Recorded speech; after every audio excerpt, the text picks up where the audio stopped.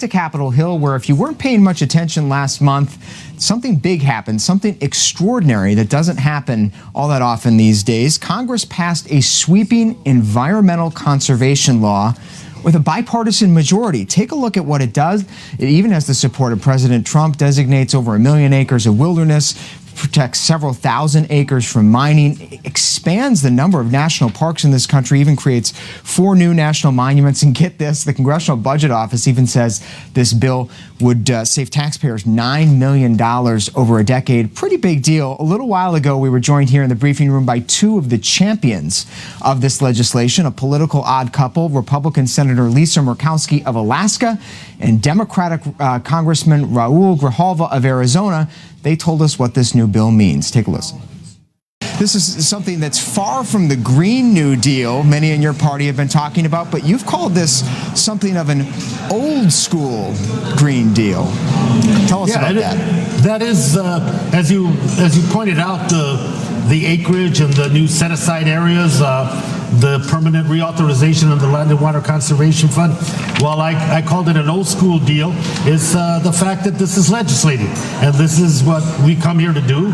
Many of these pieces of legislation that are part of the whole package have been around for 10 years, and through the leadership of the good senator and the participation of all, we found common ground, we compromised, and we have a bipartisan package that passed overwhelmingly in the House and in the Senate.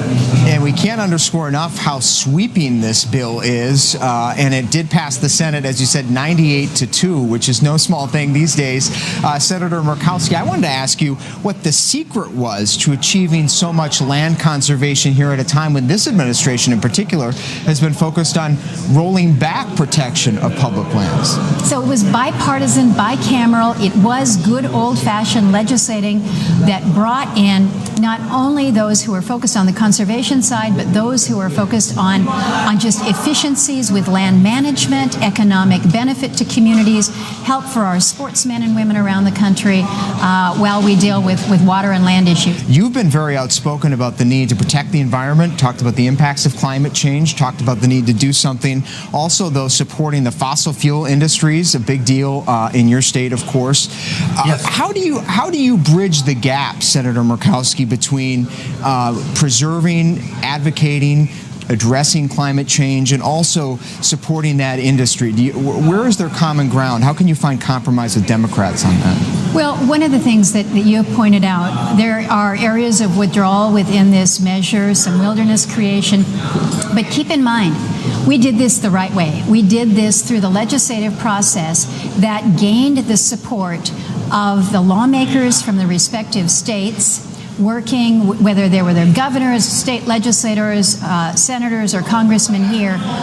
That is how you bring about these designations, is through that consensus process where it comes literally from the ground up. You have proven with this legislation you can work together to get it done. I want to ask you about next steps, what you could do going forward, and specifically want to ask you both about the topic that's in the news so much right now, the Green New Deal.